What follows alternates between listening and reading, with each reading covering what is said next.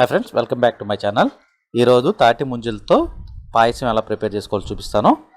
చాలా సింపుల్గా రెడీ అయిపోతుంది. మంచి డిజర్ట్ అనమాట, అద్భుతంగా ఉంటుంది ఇది.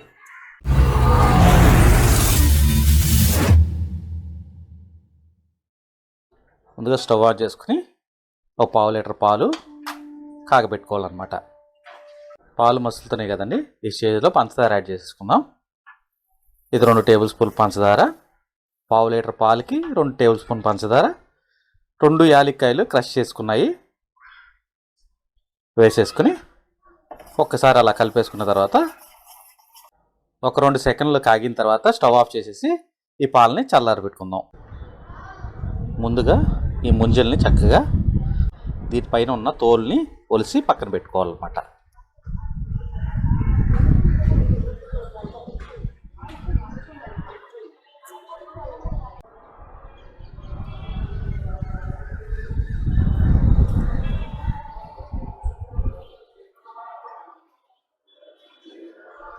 ఈ విధంగా ఒలిసేసి పక్కన పెట్టుకోవాలి. ఈ విధంగా ఒలిసి పెట్టుకుని వీటిని చిన్న చిన్న పీసుల కింద కట్ చేసుకోవాలన్నమాట.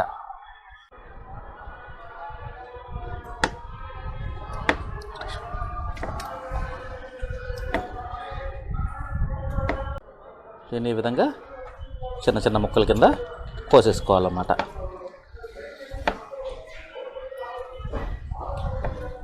ఇది మన బాడీకి చలువ చేస్తుంది అన్నమాట ఇది తింటే ఎక్కువగా. అందుకే వేసవికాలంలో సీజనల్గా దొరికే ఈ ఐస్ యాపిల్ని, తాటి ముంజల్ని కంపల్సరీ మన ఆహారంలో తీసుకోవాలన్నమాట.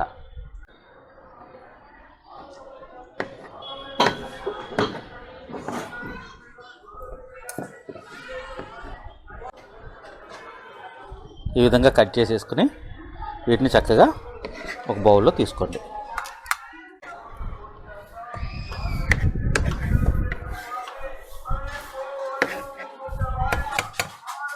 చూడండి, ఇప్పుడు ఈ పాలు చల్లారిపోయినాయి కదండి. ఈ పాలలో మనం కట్ చేసి పెట్టుకున్న ఈ ముంజి ముక్కల్ని వేసేసుకోవాలన్నమాట. చాలా సింపుల్, చాలా హెల్తీ అనమాట. బాడీకి చలువ చేస్తుంది అనమాట ఇది తీసుకోవడం వల్ల.